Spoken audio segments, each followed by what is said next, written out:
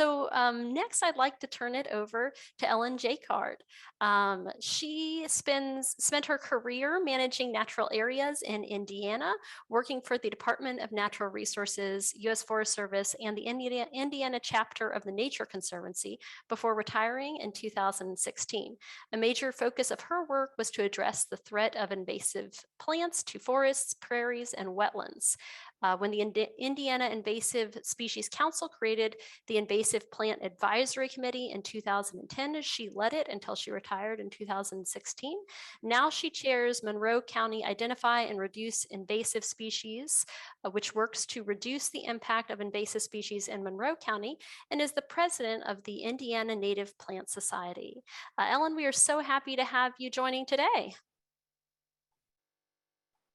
Thank you so much, Ellen. And I got to say, I really appreciated Bethany's talk, and she's laid good groundwork for this sort of case study of one state that has attempted to regulate invasive plants. So I am going to go through this fairly quickly, and hopefully there will be maybe a minute or two for questions at the end. This is one of my favorite sayings, which kind of encapsulates why we try to work on prevention strategies. When it's raining, you try to close the window before you grab the mop. Those of us who have been working on invasive plants for decades know that we have been mopping to beat the band across the landscape while the window was still wide open and invasive plants were coming in. And we know where they're coming from. Bethany did a good job of laying that out. This older reference from Sarah Jacquart in '94 for woody invasives, it appears that about 85% have come from the horticultural trade for landscaping. So to deal with this, we formed a group in the year 2000 called IPSOG, awful acronym, but it stands for Invasive Plant Species Assessment Working Group. And we wanted to work together to prevent the intentional introduction of invasive plant species into Indiana. And the group was made up of a whole lot of different people. We wanted to gather together the land managers who were concerned with the people who were selling the plants, growing the plants, landscape architects who were speccing the plants in designs, the forage council, the beekeepers, because every one of these had a connection, a vested interest in an invasive plant that we felt needed to be no longer sold in the state. And within this group, which started, as I said, in 2000, two of us, the director of the DNR Division of Entomology and Plant Pathology, Bob Waltz, was a co-chair. The reason for this is that this is the regulatory agency over invasive plants in Indiana. We have kind of a weird state government structure, but this is where the regulatory authority lies. And me representing the Nature Conservancy was the other co-chair. So we had early conversations between this group as we tried to find common ground, and they all went like this. The land manager would say, hey, these species are invasive, stop selling them. Often we would say, please, to be polite. And then the plant sellers would say one of two things. The first answer is always says who. As Bethany laid out, there is great inconsistency between states in what one state considers invasive and regulates versus even states next door. Sometimes there are perfectly good reasons for that, range edge species and so on. But the plant sellers felt that if we were going to do something in terms of telling people not to buy these plants, it needed to be based on Indiana data, not data from elsewhere. That we needed to show it was already a problem in Indiana, which meant that we really were looking at reactive strategies here and going after regulating species that had already been found in the state. And the second question was, you know what you really need to do is tell the buyers to stop buying these species. We just sell them because people want to buy them. So what we should do together is educate the public which of these are a problem, and they'll stop buying them, and then we'll stop selling them. So that's the route we went. And for 6 years, we went through developing invasive assessments to determine which were the worst invasive species we had. We took an invasive assessment from Florida, which was one of the earliest ones done, and many organizations sort of took that and adapted it for their geographic region. And not going to get into the weeds on this, but this is for each species, we would, for the different sections of the assessment answer questions, each of which had point values. We'd add the points together to get an overall invasive score. So for Asian bush honeysuckle, it was 145, 40.5. And then we would do a second commercial value to see how important that species was to the trade of plants. Not that it would change the invasiveness of it, but that it might temper the recommendations that we came up with.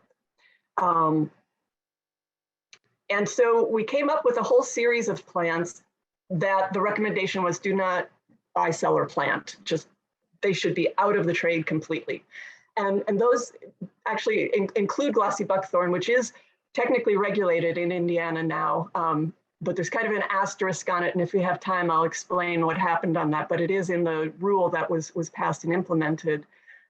Those were simple. The tough ones were things like periwinkle, where we had come to consensus on a recommendation. It only came out as a medium invasiveness, and we recognize that it doesn't climb trees like winter creeper does. You can keep it bound between concrete or lawns. So we said that it was acceptable to buy and sell and plant, but only if it was next to concrete or lawn. And we did the same for reed canary grass, that for only very wet soils, specifically for forage use, it should never be used for any other purpose. For tall fescue, use it only for erosion control in areas where wildlife habitat is a secondary issue. And for yellow and white sweet clovers, plant only for green manure use and you're not allowed to set seed. None of these were perfect. None of us were happy with some of the compromises that were made, but this was our effort to come to common ground and be able to speak with one voice for the representatives of the landscape industry as well as land managers. So we thought these were acceptable compromises. And then we got the word out, the education started, and we created this cute brochure. And in 2006, we printed 100,000 of them and they were handed out.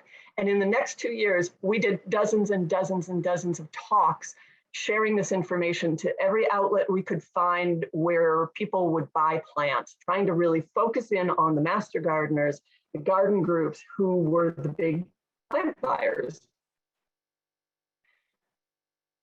There was no appreciable change in customer interest in invasives. This may not surprise you. And so after this, we basically sat back for a year or two, around 2008, and just said, that did not work. We did a lot of work to assess these species. We did a lot of work to educate the public, and we didn't see an appreciable change. And then something fortuitous happened, something completely unexpected. In 2009, the governor created an invasive species council in Indiana. And in 2010, that council started creating working groups, and one of them was the Invasive Plant Advisory Committee. And they asked me to chair it. And I said, sure. And I dusted off the email list from IPSOG, and we became IPAC instead. And we added to the work that we had done with IPSOG. We did a lot more species assessments. We updated old assessments because we were getting better information. And that list that came from our assessments became the official list of invasive plant species, an attempt to have one species list for Indiana, at least for invasives. And we brought it to the Invasive Species Council, and they formally adopted it in 2012. But it was still an educational list with no regulatory impact. And it went up on the Invasive Species Council's webpage, which is indianainvasivespecies.org. And we had the whole list there. If you click the hyperlink, you get the assessment document that we did. So it was very transparent. And we had a current Indiana legal status just so we could show none all the way down so that people would be aware that these were still not regulated species. So we kept talking to the council about what the next step should be and the need for regulation. We made it clear that we felt that the education was absolutely essential, but it was not sufficient. It did not change behavior. The only way we were going to change behavior would be to get regulated species. And at this time, we got a new director of the regulatory division, and he was a member of the council, and he was not opposed to regulation. So things kind of fell into place. And in 2013, the council as a body asked the state regulator to investigate making the 46 species that had been assessed as highly invasive illegal to sell in Indiana. and much work ensued. This process of making it illegal is through regulation. The legislature has nothing to do with this. This is the rulemaking process that you're seeing for the Department of Natural Resources in Indiana. And the first step is that the DNR drafts the rule. And they took 4 years to draft that rule. And in the process of that 4 years, what they were doing was reaching out to growers in the state, the ones who had an investment in the ground, to see how big that investment was. Because we have a committee in the Office of Management and Budget called the Rules Moratorium Committee that was established by Mike Pence years ago. And if a rule has more than a $500,000 impact on small business, the rule goes nowhere. So this had to add up to less than $500,000. And so we lost 2 species right out of the gate. Callery pear and Norway maple proved too expensive. And so they were unilaterally taken from the rule by the Department of Natural Resources. But at least then it did go to the Office of Management and Budget. They took 4 months to assess it. And their contribution was they added a 1-year wait. So when it would be signed by the governor, we would need to wait a year to implement so that businesses had more of a chance to offload the stock that was going to be impacted. And once OMB was finished with it, we went to the Natural Resource Commission, which is the rulemaking body for the Indiana DNR. And they had their first meeting on the rule, which is called the preliminary adoption. And that was July 17th, 2018. That's what this picture is. We packed the room with people who spoke about how important this was and how they wanted to see this rule passed. And it worked, and they preliminarily adopted it. And then it goes back to the DNR, who opens it up for public comment for 6 months. And so the public comment went to about December, and then the DNR had to incorporate all that information. And it went back to the Natural Resource Commission for final adoption, January 15th of 2019. They did adopt it. It was signed by the governor in March, and then it finally went into effect in April 18th of 2020. And so it was a long process, and we got there in the end, not without losing some things that we had hoped to have in the rule. But the good news that I try to hang on to was that the wording was really quite good for the rule.